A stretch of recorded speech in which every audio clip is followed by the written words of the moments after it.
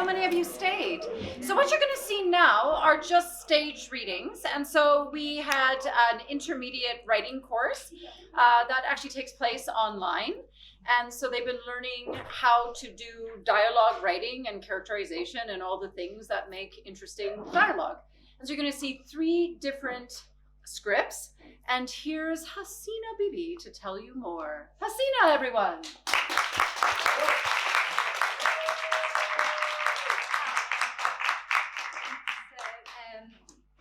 Over the last 3 months, Emma has been guiding some of us around playwriting and screenwriting, and we'll be presented some selected scenes right now. The first one we're going to start with is called Wedding Inflation. It's written by Justin Mitchell, who was performing today, and we have 2 actors to read out his scenes.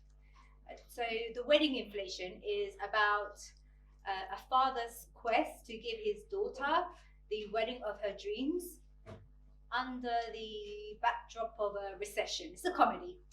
So I will be reading the stage readings.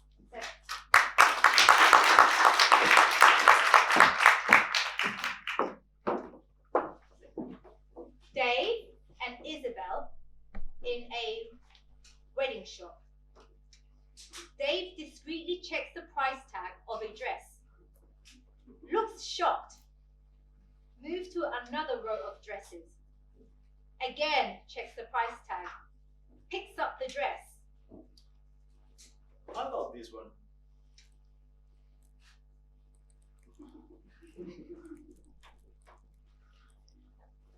What about this one?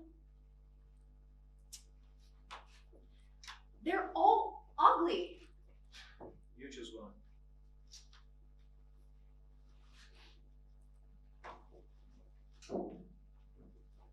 This is beautiful. It really has diamonds on it. I think you're right about the diamonds. Shouldn't you get a white dress? Dad, this is silk. It never comes in pure white. It always has an off-white shade. Feel the beautiful texture. Here, rub it against your face.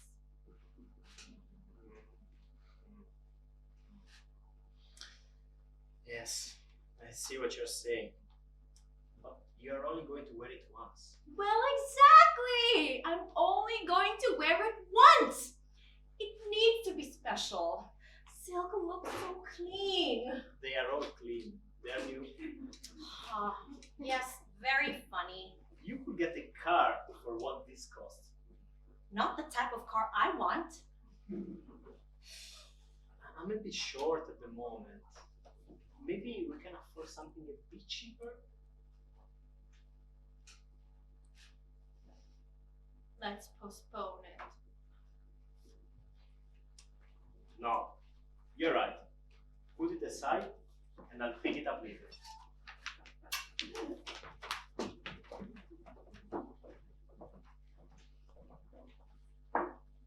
Scene 3. Dave and Pete in the dress shop. The lights are out.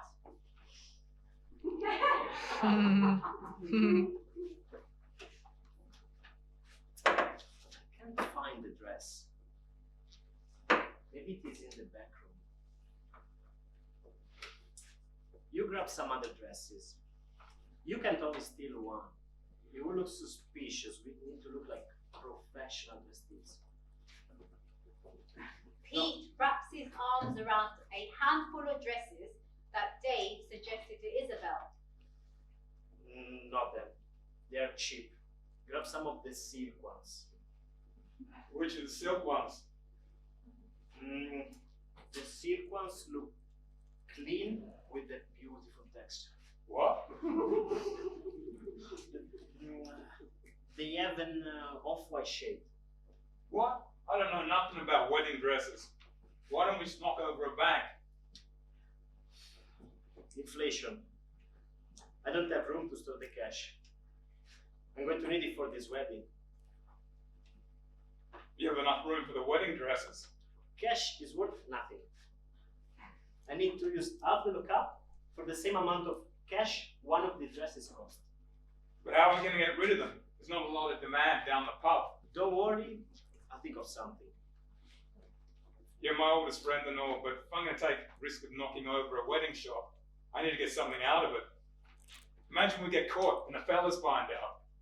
I'd have to find a new pub to drink in. Isabella's getting married, we need to concentrate on that. My invite hasn't arrived. If I didn't know better, I think you didn't want me around your fancy new friends. Even though I don't see them down here, helping you nick this dress. Of course you're invited. Must be a problem with the mail. Funny that none of the other boys have received theirs either. We must have a word with the postman. I'm not in charge of invitation. I'll have a word with Isabel. Let me get this door open. Oh. Calm down. I'll get you an invite. Ah, you're right. Has a beautiful texture.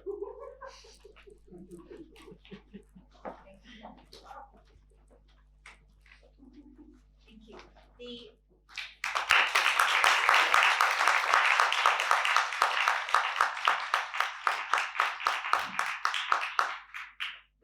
The next scenes are from The Influencer, which explores the world of media, content media, and the contrasting public and private personas.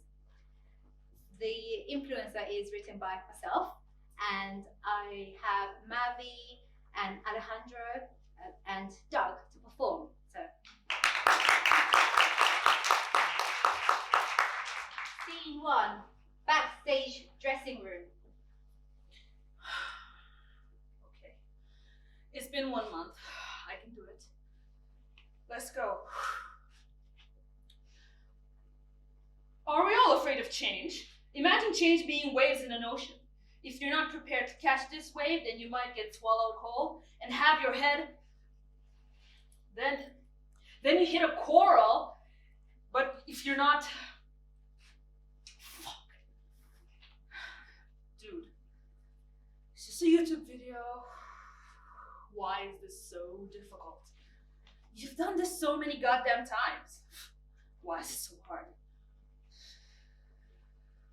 Okay. Change!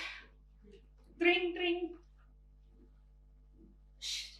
I'm actually just 5 minutes away. Okay. And if you're not prepared to capture this wave, then the wave will catch you. It's your multi-dimensional fuck boy Tron XXX. I'm out. So I'm off to my first interview with ICE Magazine, and I'm not going to lie, I think I'm running late. See you guys there. I hope you enjoy it. Peace out. Scene 2, hotel. I mean, everybody's frustrated. Everyone's just fucking pissed off. For no reason. We're all just trying to find a fight, you know, to give us some sort of meeting. I feel like I was doing that for a bit. I wanted to change the world. I wanted to be at the forefront of the new movement, and I really wanted to lift my people and the youth and whoever felt like an outcast. But I got to the point where I'm just focusing on all this controversy online. Whatever argument, whatever fight you see is unnecessary. And maybe it's because of social media. I'm sure it, you know, I built my platform, it brings more engagement or whatever, but I still want to help people. But I'm like, where do I go from here, you know? Maybe we just want to look at each other. Maybe we just need to be seen. Maybe we just want to be loved. Maybe we don't know how to do it. And so instead we just pop on our eyeballs and set them on a tripod and put them face to face at each other and just stare until our eyes run red, dry, and just soar. Why can't your generation connect? Neglect, like collective neglect. Neglected by who? The great father from above, Muhammad, Ganesh, Buddha, and obviously like first generation parents. Which parents? All of them. Just the ones right above us. They didn't know what to do with us. They just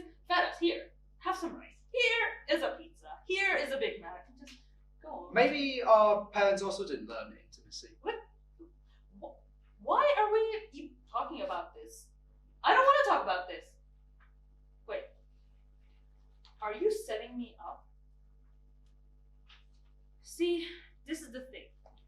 I'm willing to answer questions about what I do and everything, about my music, but I think I'm really easily manipulated at times. I reveal too much, and then I get called fuckface or fuckboy or something else that everybody hates on. Maybe you're just being defensive. I'm not defensive. You know exactly what you're doing. What kind of a fucking music journalism is this? Do you have credentials? What is this? Yes. Yeah. Oh, where is it? I don't see it. Like, you have Twitter? You just write on your tweets? Why are we talking about this? Fuck this, man. I'm gonna pull this tape off my chest. Okay, this is one for your fucking company. Suck it. I'm over this shit. Tron storms off. Scene 3. Tron's studio apartment. It's okay. You're living the dream, Tron. You're living in your beautiful city here. You got your blue check mark. You got your followers. And I'm flipping all the time. Probably call someone call someone up right now. This should be considered a struggle. This is a first world issue. It doesn't matter. It doesn't matter. Whatever. Why do I care about what people think? It shouldn't matter at all. Is there anybody that I can call? Hello. Hey, Hi. what's going on? I just wanted to check in. I know it's probably weird since we literally met only twice off Tinder, but you know. Oh my God, Tron. That's so sweet. I honestly thought that I would not hear from you again because there's so much I want to tell you. Yeah, but I met this guy in my yoga class the other day. Anyway, so we got on like really cool. yeah, that's so cool. Yeah, so really cool. Mhm. He's into the same things as me. We're having so much fun right now. Early days, of course, but I just have a Mhm. really good feeling Yeah, about this so- one. yeah. Oh, anyway, what's going on with I had just had this interview. No way! I just had an interview, and I honestly thought I just got the job because, like, Yeah, okay. So I gotta go now. It was good catching up with you. Maybe we should have a coffee or something. yeah. Yeah, okay, alright, talk to you later. Okay, bye. Scene 4. Tron enters James's apartment, hands his coat, takes a deep breath. James is lying on his couch, watching sports on the TV. Row, you fucking twat! Oh no. What's going on, Mr. Brandon? Better than this street. What is this? Stay away from that. Why? Because it's so expensive? It has all kinds of weird shit on it. Ugh. We will end up having weird conversation. Talk about weird conversation. I just came back from an interview with ICE magazine. It was alright. Yes, alright. Yeah. You I can think I fucked you can up, see in dude. your face. Yeah, I really fucked up bad, man. I think I just came into the conversation in a bad mood and then didn't realize it was impacting like the whole flow. Some people react to being interrogated. I would never thought it was your case. Yeah, well, I hadn't made a YouTube video in a month or so. So before the interview, I decided to try and shoot my first video in a month. And ironically, it was about change and how hard it is. And I just couldn't talk correctly on camera, and I was just getting really fucking mad. And I just couldn't do it. I was like, Yeah. That sounds like a classic burnout. I didn't see that. You always see so high of energy. I guess you can only hide it for so long. But when is it ever appropriate to reach out to someone about your existential crises anyway? Well, you have a friend who does it for a living. And I'm right here, ready to listen. I don't want to make anyone feel bad when I'm socializing or interacting, and I feel like I have to be super optimistic all the time, which is why you didn't see it. In fact, I'm convincing myself because I didn't even see it, and Yeah, you have done a great job there. You have tricked yourself. yeah, You're good at playing this role, eh? it's my job, man. Playing this role. Why? What else is an influencer supposed to do? We're sort of painting on this persona, and no one wants to see like depression, misery, angry, and like anyone aggravated. I feel you, but I'm thinking maybe there is something else. Maybe there's a thirst for a bit of authenticity and vulnerability. And just say, I'm not actually enjoying this time, you know? I think your followers, your fans, there is a whole lot of people there for you to say, hey, I'm taking a break. Does it ever bother you, like these comments that people write? You know, the shitty and negative, like the hateful ones. Yeah, It bothers you? I Yeah. thought nothing bothers you. I'm sensitive, alright? I'm super sensitive. I like to put the good material. All this bickering back and forth never ends. Yeah, I know. And also the fear of the platforming. It's a different atmosphere now on YouTube. I think, you know, sometimes I just think people are getting sick of the veneer, right? I think people are just getting sick of being fed this propaganda bullshit that everything is okay, which is what the whole social media thing is built around. Your serotonin levels get all fucked up because you are all not around these real people, but your brain's telling you you are. Because you're communicating online, your hormones don't catch up with it. Just generally, in the body, people don't feel good because you are not getting the authentic human connection, you see? Like two people now in this room talking. You think this is rare? No, everyone feels like this. Your generation more. So connected and so lonely. So connected and so frustrated. And they don't know why as well. Everyone feels guilty. It's the first word, guilt. I should be happy. I should be. Scene 5. Tron is filming himself in his backstage spot.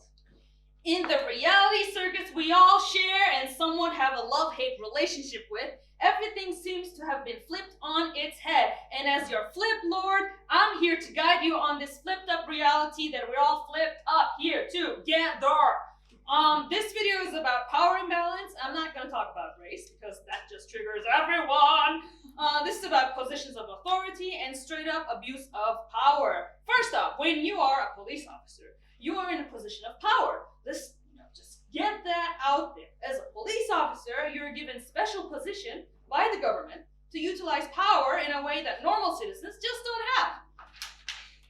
You know what? This is about race. If you want to fuck off, you can go ahead. Because, you know, race matters. Why is that so hard to accept? Put aside all this pop culture shit. To really live as an ethnic minority group, like, it affects your day-to-day life. Maybe because the planes have vacated the sky. Maybe because we got the breathing space. But this year we saw our collective consciousness shift. No more of this just comply bullshit. For those of you who are thinking, does everything have to be about race? Fuck yeah, it does. We watched our immigrant elders struggling to download Zoom to attend a loved one's funeral while feelingly told to go on mute. We watched our immigrant doctors and nurses applauded with the same zeal they were only told to go home months earlier. What does that say about us? Is it okay to deliver lines written for us? Continue wearing masks assigned to us? And can I flip this flimsy mask with the same flimsiness of normality or security? Let's all let the mask slip.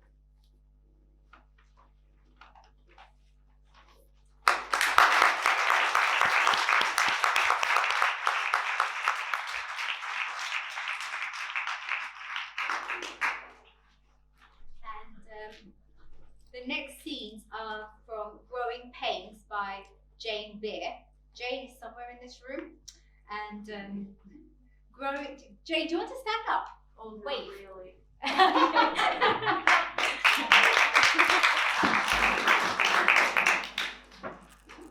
Growing Pains is the story of a Tinder date gone wrong with life-changing consequences.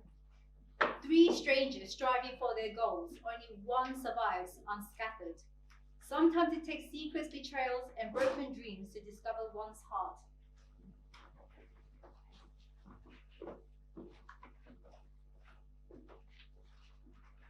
Okay. Act 1, Scene 1. Tinder date. A motorboat on the Lake of Zurich. Anna is at the wheel, standing up. She shakes her hair out in the breeze. Oh, that feels so good. I feel so free here. Open space, the smell of water, and all the time we want. She turns and realizes she is alone on deck. Bart, come on up. Come enjoy the breeze. Bart, you managing with the life jacket?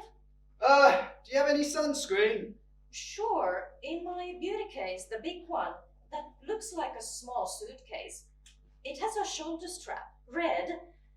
I couldn't fit the lotion in my silver makeup bag, so I had to bring the big one along. Bart, do you find it? Yeah, thanks. Well, come on up. Come look where we're headed. It's one of my all-time favorites. Bart shakily climbs on deck, moves to stand behind her, and puts his arms around her waist. Oh, look. That's where we're headed. Bart looks down at her breasts in the tiny bikini top she's wearing. Yeah. Wonderful view. I meant that piece of land up ahead, jutting out from the shore. Bart barely looks up, moves his hand up from her waist to just below her breast and presses his genitals against her. Yeah, jutting out.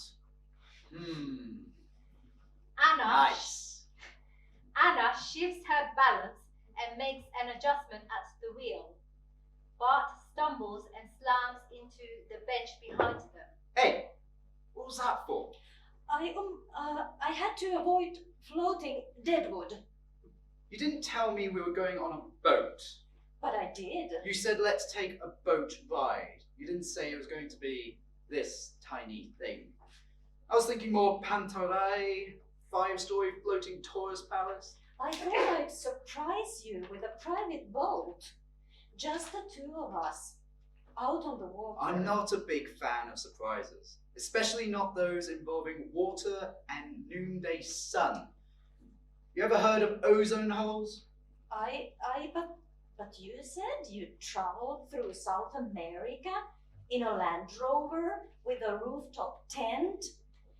So Yeah, I loved it. And the operative word here is land. I thought since we're just getting to know each other, I'd share something important to me. I celebrated my graduation, my PhD, my first time, my... What came first? What? What came first? PhD or virginity? What kind of question is that? Just curious. You don't have to answer if it's too personal. 12. What, 12? That's early. I'm answering your next question. Huh. If a guy asks about my first time, the next question is, how many guys have you slept with? And vice versa. So, what's the big deal? I was 11 with the next door neighbor's cousin. She was 22. Since then, I've had 20 or 30 more. Stop counting now. That wasn't the point. We're gonna stop over there. We can get a campfire going and... You want to eat on the grass next to the water. Yes, it's protected from the wind, so... There are rats. I know. I don't think so. Never seen any. There are always rats along the water. I had my fill of those fuckers in South America, and I've seen massive ones in Berkeley Bloods. They're everywhere. Look, we can put the anchor down here and eat on board if you'd rather. Yeah, that's way better. I'll go down and get drinks. Got any beers? No, just the Pere Jouet, couple of mixers, mineral water, and in the cupboard next to the fridge, there should be some rum. And I think some gin. If you're lucky, there might still be some vodka left. Lady stuff. Yeah. I don't entertain much here, and I don't like to drink if I'm alone on board. My bad luck, I guess. Oh, mine, really. Okay, here's a glass of shampoo for you and a gin on the rocks for me. Hey, we're not going to that place you showed me. Nah, I figured since we're staying on board, there's a better place. We're almost there. Yeah, whatever. Bart moves up to stand close behind Anna and murmurs into her ear. You're a lot prettier than on your pictures. You must have lost a lot of weight. They're from when I first joined Tinder, right after. Turned out my then husband wasn't traveling for work after all. Ah, that is so now that you look so hot. Know what I mean? Yeah, matter of fact, I do. So, when are we heading down for some fun and games? The boat swerves suddenly. Hey, careful, damn it! Look, there's your tourist palace. The Panterai? What's that got to do with anything? Wanna board it? What, like you're some kind of pirate or something? No, it's a dock. Anna swerves the boat again. This time, Bart lands in the water. You just need to swim out to it. Nice meeting you, Bart. Can't swim! Help! Oh, that's a shame. Here, catch. It's a boy. Maybe next time you're on boat, you'll wear the life jacket instead of the sunscreen. Sound of engine revving up. Hang on tight, I'll tow you to the dock. Sound of motorboat engine revving up, then slowing down to almost a stop. Anna cuts the rope tied to Bart's buoy. Bye, Bart. You can walk the rest of the way. Anna revs the engine and takes off to the sound of Bart's cussing. Stupid bitch! Help! Help! Thank you.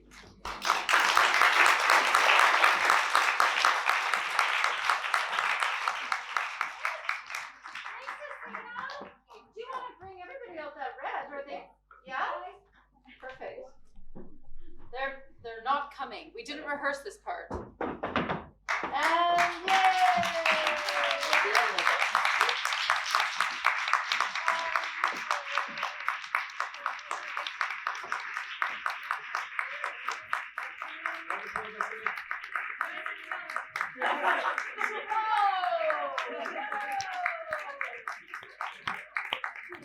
What actors look like after the show.